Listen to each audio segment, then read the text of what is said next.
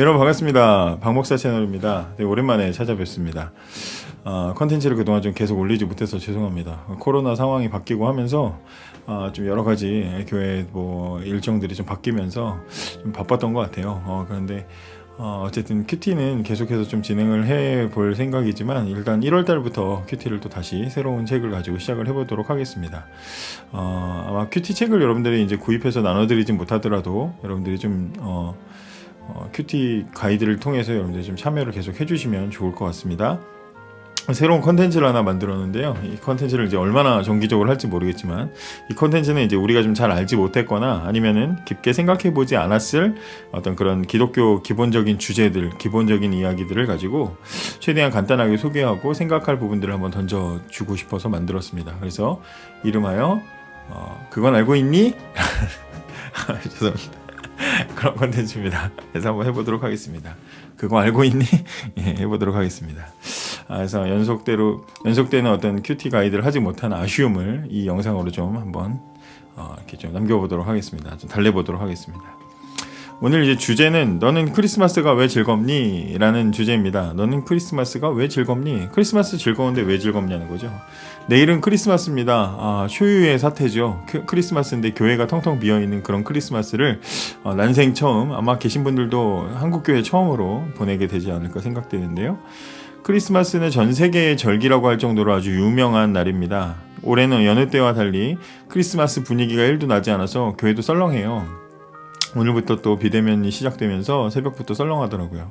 매년 정신없이 보내던 연말을 차분하게 보낸 것도 근데 저는 어떻게 보면 하나님의 깊은 계획 속에 있는 게 아닌가 그런 생각을 또 해보게 됩니다. 저는 이제 그래서 한번 생각을 해볼 필요가 있다라는 건데요. 저는 커피를 좋아하는데 커피를 좋아하는 분들과 커피를 마시다 보면은 커피는 단순히 음료를 마시는 게 아니라 커피는 문화와 이야기를 함께 마시는 거다 이런 생각을 해보게 되었습니다. 커피는 그 원두마다 담겨있는 그 배경, 원산지에 대한 특징 또 이 원두를 만들어내는 데에 대한 어떤 그런 특징들의 이야기들 또 거기에 대한 다른 맛과 느낌들 또 커피를 내리는 방법들의 다양성 그리고 거기에 대해서 또 차이점 뭐 이런 것들을 이야기와 경험을 가지고 커피 마시는 내내 이야기를 하면서 마시다 보면 왠지 더 맛있고 맛이 더 깊이 있게 느껴지기 때문에 커피는 그냥 마시는 게 아니라 문화와 이야기를 마시는 것이다 이렇게 이야기를 합니다. 마찬가지로 저는 어려서부터 크리스마스를 보내면서 크리스마스를 즐겁게 보내고 너무 즐거워서 정신없이 바쁘게 보냈는데 도대체 왜 그렇게 이 크리스마스가 우리에게 중요하고 얼마나 즐거운 날인지 잠시 이렇게 강제로 멈춘 김에 생각해 보자 이 말이에요. 크리스마스는 그리스도를 의미하는 크라이스트와 그 다음에 예배, 미사를 의미하는 마스가 합성된 말이다. 이건 뭐 잘 알고 계시죠. 그래서 크리스마스의 뜻은 그리스도를 예배한다라는 뜻을 가지고 있습니다. 여기서 그리스도는 당연히 예수님이고요. 예수님을 예배하는 날이 크리스마스의 단어의 뜻이 됩니다. 특별히 예수님의 탄생을 예배하는 날을 크리스마스라고 하는데 여기서 예배라는 의미는 그러니까 뭐 즐겁고 기쁘고 하나님께 영광을 돌린다 뭐 이런 의미를 담았다고 할 수 있겠죠.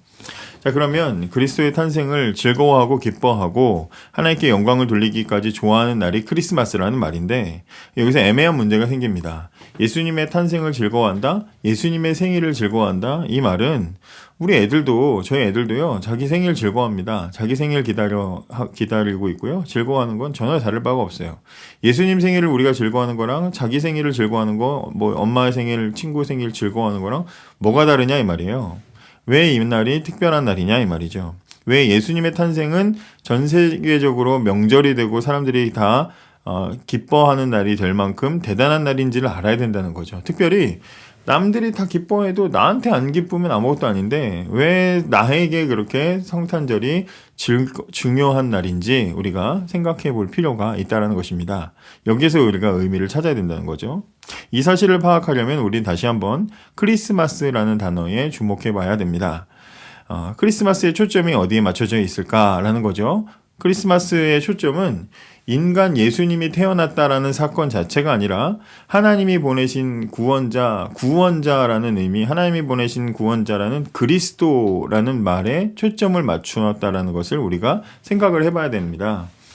그러니까 구원자의 탄생을 즐거워하는 거예요. 그냥 인간 예수님이 태어나신 것을 물론 즐거운데 그 즐거움이 아니라 구원자의 탄생, 하나님이 정하신 구원자의 탄생을 즐거워한다라는 말을 거기에 의미에 초점이 있는 거예요. 환영하고 그 구원자의 탄생을 기뻐하고 하나님께 영광 돌리며 예배드리는 날이 크리스마스의 본질이라는 겁니다. 구원자를 환영하고 즐거워하는 날, 여기에 초점을 맞추셔야 돼요. 여러분, 즐거움에는 다 이유가 있죠. 제 딸이 12월 초부터 자기 성탄절 선물을 벌써 정했어요. 그리고 얼마나 졸라댔는지 모릅니다. 성탄절 선물을 성탄절에 사주는 건데 제가 아직 멀었다. 아직 멀었어. 12월 초잖아. 아직 멀었다 그랬더니 잘 참고 기다리면 12월 21일 날 월요일이니까 그날 사주겠다. 이제 약속을 했어요. 그러니까 그날부터 제 딸은요, 자기 숫자판에다가 21일에다 표시를 해두고, 그리고 매일매일 하루하루 지날 때마다 자기 다른 스티커를 그 날짜에 해당하는 날짜에다 붙여서 21일이라고 며칠 남았다 숫자를 세는 거예요. 어떤 날은 막 조바심이 나서 오늘이 뭐 11일인데 12일에다 붙여놓고 막 그렇게 기다리면서 2주를 잘 참고 기다렸습니다. 물론 중간중간에 인내심 바닥나서 징징거리기도 했지만 귀엽고 예뻐서 제가 봐줬어요. 그리고 드디어 21일 월요일 아침이 되었습니다. 제 딸이 일어나서 드디어 기다리던 선물을 사러 가는 날인데 얼마나 기대가 됐는지 나 밤에 잠 못 잤어 막 그러더라고요. 나 너무 기대돼. 나 너무 긴장돼 그러더라고요. 그날 오후 장난감 가게 갔는데요. 평소에 다른 날 장난감 가게 가면 이것도 보고 저것도 보고 고민도 하고 이걸 살까 말까 고민합니다. 그런데 2주간 기다렸던 선물을 향해서 가는데 얘는 직진을 해서 가더라고요. 직진을 해서 가서 다른 장난감은 돌아보지도 않고 잠시 머뭇거리는가 싶더니 그거 짚고 그냥 나오더라고요. 얼마나 지금도 잘 가지고 노는지 모릅니다. 지난 2주 동안 제 딸에게 12월 21일은 세상 누구보다도 기다려지는 날이었을 겁니다. 그리고 21일은 세상 누구보다도 제 딸에게 가장 즐거운 날, 기쁨을 나누고 싶은 그런 날이었을 겁니다. 성탄절 이야기로 돌아와서 제 딸이 필요한 것을 드디어 받게 된 날을 그렇게 기뻐하고 기다렸던 것처럼 전 세계인이 성탄절을 즐거워하고 축제로 삼으려면 전 세계인에게 성탄절의 의미가 제 딸에게 12월 21일보다는 더 큰 의미가 있어야 된다는 말이죠. 뭔가 기대감을 주고 즐거움을 줄 만한 어떤 이유가 그날에 있어야 된다 이 말입니다. 그게 뭡니까? 여러분에게 구원자가 오신 날, 그날이 즐거운 이유가 뭡니까? 거기에 바로 여러분이 성탄절을 즐거워해야 할 진짜 이유가 있는 거죠. 여러분에게 무엇이 필요했습니까? 여러분 성탄절에 무엇을 받았습니까? 성탄절은 하나님이 약속하신 구원자 그리스도께서 오신 날이며 하나님이 우리의 구원을 위해서 직접 오신 날입니다. 그러므로 성탄절의 진짜 기쁨을 맛보시려면 다른 것 보지 말고 우선은 자신을 봐야 되죠. 내가 누군지, 나에게 구원자가 왜 필요한지, 그게 왜 나한테 기쁜지, 왜 구원의 하나님이 나한테 오셔야 되는지, 나에게 하나님의 구원이 필요하다는 것을 아는 게 전제된 사람, 그 사람이 느끼는 기쁨, 그것이 바로 성탄절이 기쁜 이유가 되는 것입니다. 계속 생각을 해봅시다. 어떤 의사 선생님이 내 옆에 계시다고 생각을 해봐요. 지금 제 옆에 의사 선생님이 계시든 안 계시든 그건 저한테 사실은 큰 의미는 없습니다. 슬프지도 않고 기쁘지도 않습니다.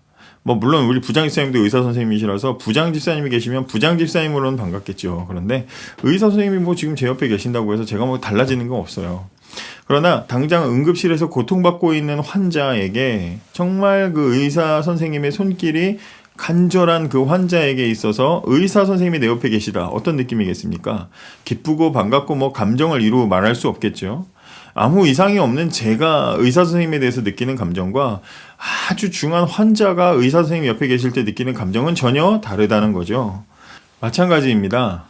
성탄절, 구원자 예수님이 이 땅에 오신 사건이 우리에게 기쁜 감정, 반가운 감정을 느끼게 한다는 것은 곧 우리에게 구원이 필요한 상태라는 것을 이야기하는 것입니다.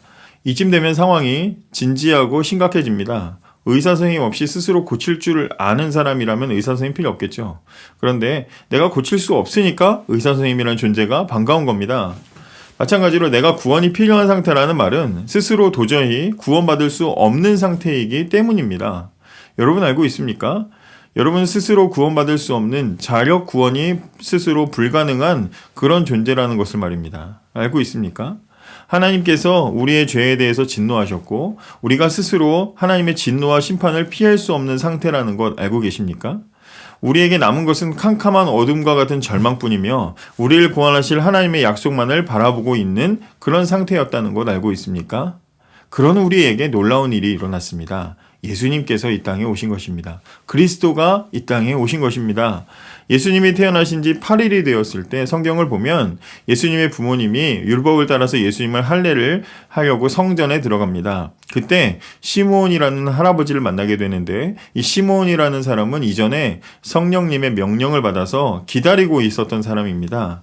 이전에 성령님께서 이 시므온에게 오셔서 그리스도를 보기 전에는 죽지 않을 것이다, 이런 명령을 내리셨습니다. 그래서 그때부터는 그리스도를 만나야 한다, 그리스도를 만나야 한다라는 것이 일생의 목표가 된 사람이에요. 제 딸이 선물 기다리는 시 그리스도를 기다리면서 살았던 사람이다, 이 말이에요.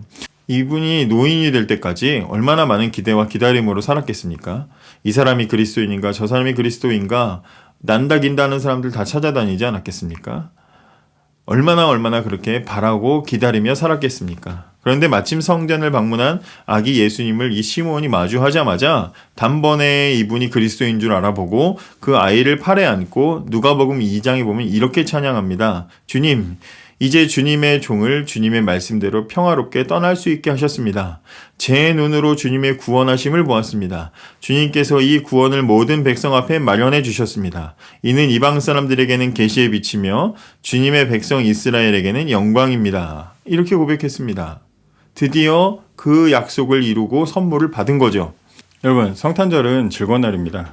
온 가족, 전 교인, 전 세계인들이 함께 모여서 기뻐하고 즐거워하는 그런 날이죠.